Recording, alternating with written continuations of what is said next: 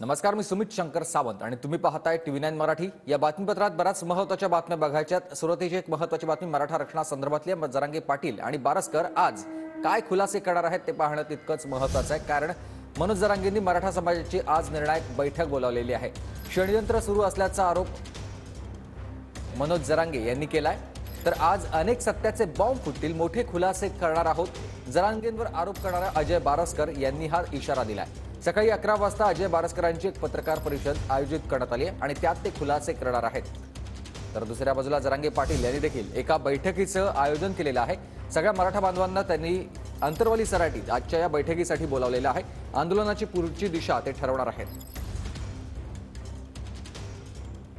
तर जरांगे पाटील यांच्यावर बारसकर यांनी अनेक गंभीर आरोप केलेले आहेत। आज देखील एक पत्रकार परिषद घेऊन ते अनेक खुलासे करणार आहेत। एक मोठा बॉम्ब आपण फोडणार आहोत असं देखील त्यांनी म्हटलेलं आहे। नेमका हा आरोपांचा बॉम्ब काय असणार ते देखील पाहणं तितकंच महत्त्वाचं असेल। तर दुसऱ्या बाजूला जरांगेंनी मराठा समाजाची एक निर्णायक बैठक बोलावलेली आहे आणि या बैठकीमध्ये पुढची रणनीती काय असणार आहे, आंदोलनाची पुढची दिशा काय असणार आहे हे ठरवलं जाणार आहे। जो आरोप होता ह्या माणसावर तो अपारदर्शकतेचा होता। लोणावळ्याच्या त्या बंद बंगल्यामध्ये तुम्ही आज काय चर्चा केली, काय डील झाली,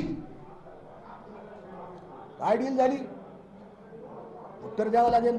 36 तास वाशीमध्ये तुम्ही थांबला, 36 तास वाशीत होता। 36 तास कशासाठी, काय काय डील चालू होती?